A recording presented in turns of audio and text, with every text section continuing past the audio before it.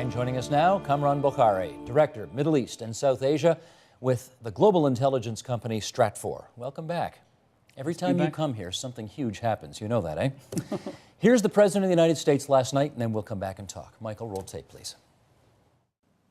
For over 2 decades, bin Laden has been al-Qaeda's leader and symbol, and has continued to plot attacks against our country and our friends and allies. The death of bin Laden marks the most significant achievement to date in our nation's effort to defeat al-Qaeda. Yet his death does not mark the end of our effort. There's no doubt that al-Qaeda will continue to pursue attacks against us. We must, and we will, remain vigilant at home and abroad. I've heard a variety of opinions on this today, so let me get yours. How important do you think, at the end of the day, his death is? It would have been much, much more important had this happened, say, 2, 3, perhaps even 4 years after 9/11. But in recent years, at least the last half decade, al-Qaeda's apex leadership, Osama bin Laden and his top associates, had largely become irrelevant because they had traded away operational control of the movement for physical security. So they were reduced to issuing tapes, audio and video, more audio than video, and those had become infrequent, at least over the past year. Obviously, most Americans, it seemed, were thrilled with the news. Spontaneous protests at the White House, at a late-night baseball game last night, a chant of USA, USA, once the news went through the stadium. But it had been 10 years. Did this man achieve some kind of mythical status because he'd managed to avoid, quote-unquote, American justice for a decade? I don't know if I want to call it mythical, but definitely for his constituency, his supporters, that was a big thing, not being able to be captured or killed and holding out for almost a decade. Really worked well for these guys in terms of recruitment, in terms of boosting the morale. I suspect that tonight and over the past 24 hours, there's been a lot of shattering of that morale. But if I hear you right, you're saying since he ceded operational control to others anyway, in terms of a body blow to al-Qaeda, this really doesn't do that. Is that right? Yeah, I mean, in the sense that he was a strategic guidance giver, he was a symbol. Beyond that, does this mean al-Qaeda will lose its firepower? I think it had already lost a lot of the firepower. I don't think this will decrease it than it already has. And I mean, I suspect now this death has sent shockwaves through the al-Qaeda system, and all the other top associates, the remaining leadership, is now worried about their personal security. Well, you talk about the al-Qaeda system. What is that today? The al-Qaeda system is a bunch of, probably no more than a dozen to 2 dozen top leaders who are, in charge of what we call at Stratfor al-Qaeda Prime. Ayman al-Zawahiri, Abu Yahya Libi, Azam the American, also known as Adam Gaddan, he's part of that circle. I mean, these are the people out there who the foot soldier looks upon as the leadership, the strategic leadership offering guidance. This happened in Pakistan, of course. What's been the reaction in Pakistan today? I think that there's a lot of shock. And of course, this comes in the context of Pakistanis being angry that U.S. has unilateral operational capability on their soil. Just explain that. The U.S. did not give the Pakistani government the heads up that this was going to happen, I have right? confirmation from the Pakistanis that they were not told, and this happened completely. It was an American operation in terms of the actual kill. Now, there is still a debate as to how much role the Pakistanis had in gathering the intelligence. But my gut feeling is that at some point very early on, when this guy was pinpointed, the Pakistanis were taken out of the loop. Let's just, for those who don't know the story as intimately as you do, let's explain why. Why wouldn't the Americans tell the Pakistanis that an attack on their soil, not far from one of their largest cities, was going to take place? It's simple. There's a trust deficit. There's huge mistrust on both sides. In this case, we're talking about the American mistrust of the Pakistanis. Simply put, the people who were planning this operation did not feel comfortable sharing this information with their Pakistani counterparts. Because? For fear that that information could reach the target and the target could be moved. They'd tip them off, in other words. They didn't trust that bin Laden was going to be tipped off. Somebody would have tipped them off, not necessarily the state itself, but someone in that system would gain knowledge of it, and you don't know where the leak is. So you don't take chances. Kamran, you were here, a week or so ago, talking about some of the places in Northern Africa, Middle East that you just visited. And Pakistan was one of the places we talked about. Yes. How close did you get to this place where this happened?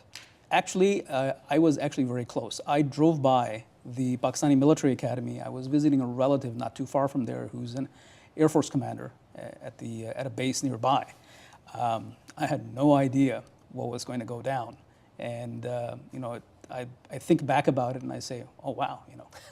But a month ago, you were there. Yeah. Did any of your, obviously, you know, hindsight is magnificent, but, you know, was there any gossip or talk amongst the people you were with that suggested, you know, who might be, you know, 20 yards away from where we're standing right now? Not the people that I spoke with. You know, there was no gossip. In fact, bin Laden was not the issue. The issue at the time was the Americans are doing drone strikes in our tribal areas. It's a violation of sovereignty. Look, the CIA contractor came in and killed 2 of our citizens, and we need justice. That was the talk of the town back then. It wasn't bin Laden. Gotcha. Okay. Osama bin Laden was seen as a quote-unquote supreme guide, you know, a real inspiration for young jihadis who wanted to take out the United States in the way that they did back on 9/11, 2001. What would you say the state of global jihad is today? As I mentioned earlier, Steve, the state of global jihad is pretty bad. From, you know, if I don't just mean Al-Qaeda, I mean the whole thing. What I mean to say here is that over the years, jihadism has devolved into a phenomenon, into a larger movement. Al-Qaeda no longer is the name of an organization. It used to be. Now it's a moniker for a transnational global phenomenon in which you have, you know, jihadists, both religious nationalists and transnationals, you know, waging what they call jihad, which, you know, I call it jihadism. There's a huge difference between the two. We'll get into that in another TV show. Actually, I mean, do you want to take 30 seconds now and just tell me what you mean? Sure. I mean, jihad is a concept from classical Islam. You know, it means many things. One of its interpretations is, you know, armed conflict. Yeah. Armed conflict. But that's just one, if you will, definition. What the people in Al-Qaeda, bin Laden and his associates have done is they've taken that classical notion and said, you know, this is the way to actually establish an Islamic state. And this is a 20th century idea. This idea did not exist in the past. Okay. Once again, as we try to figure out the meaning of bin Laden's death, can we say that this strikes a significant blow against radical Islamism around the world? I think in a symbolic way it does, because it, as I mentioned earlier, it's a blow to the morale. Since the longest time, the people in Al-Qaeda and their supporters, their constituency, the foot soldiers, saw bin Laden's existence and, you know, his ability to evade capture or killing as a huge thing, as a huge symbolic thing. And so I think, yes, it is a blow. And yet, you know, somebody inside Pakistan obviously gave the guy up, right? Has to be. Got any speculation as to who or how or what? It has to be someone who had knowledge of bin Laden's coordinates. Maybe a courier? Could have been a courier. Most likely, you can't really identify, given that we don't really have a whole lot of information.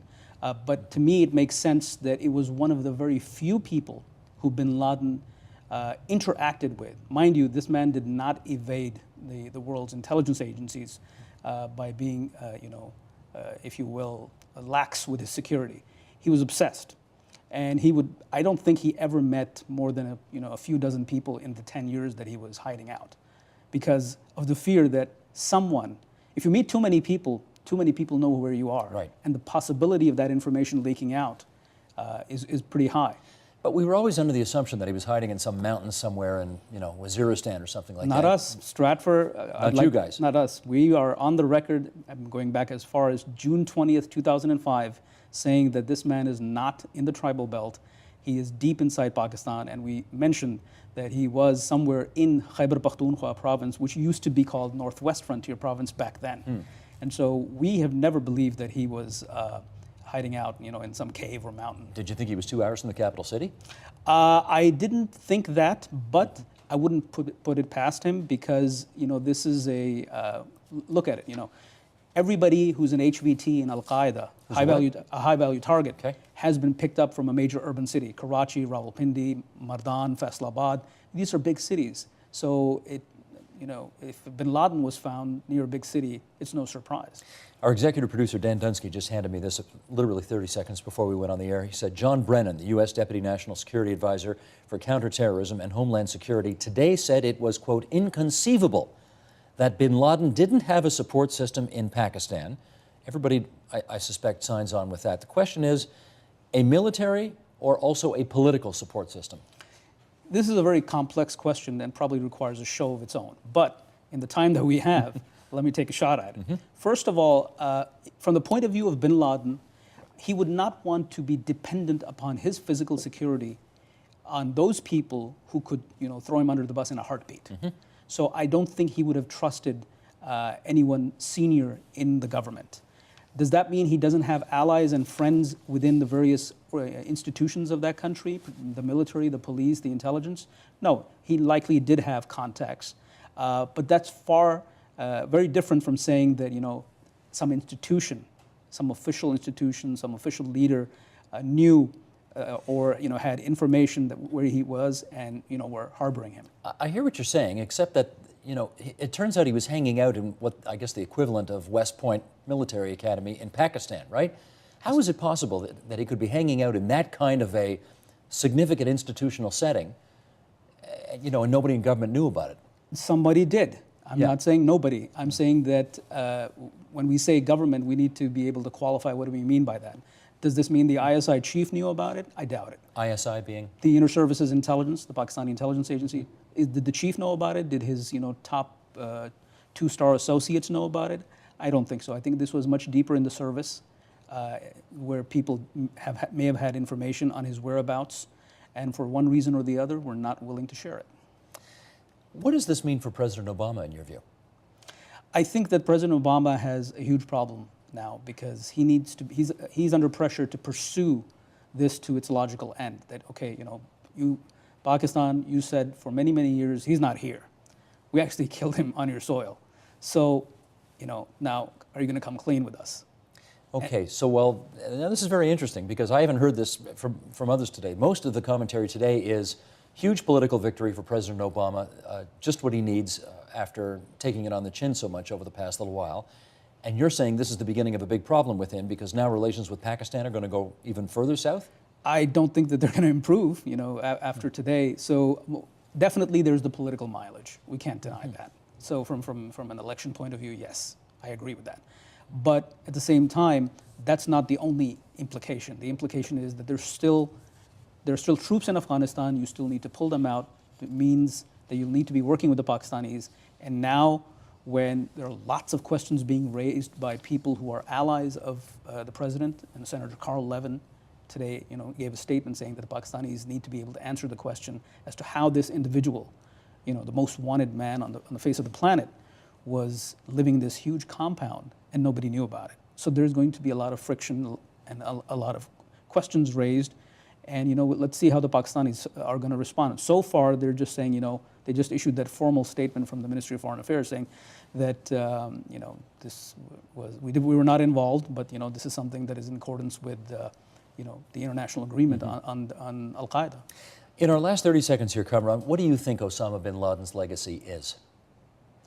I think his legacy is that he will be remembered less for being leader of some organization, but more of an inspiration, and goes back to that idea of devolution, where grassroots jihadists around the world, some people would say copycat, some people would say franchises, but that devolution of Islamist militancy into a global phenomenon rooted in separate regions, I think that's what this man would be remembered for in terms of planting the seeds of that phenomenon. You glad he's dead?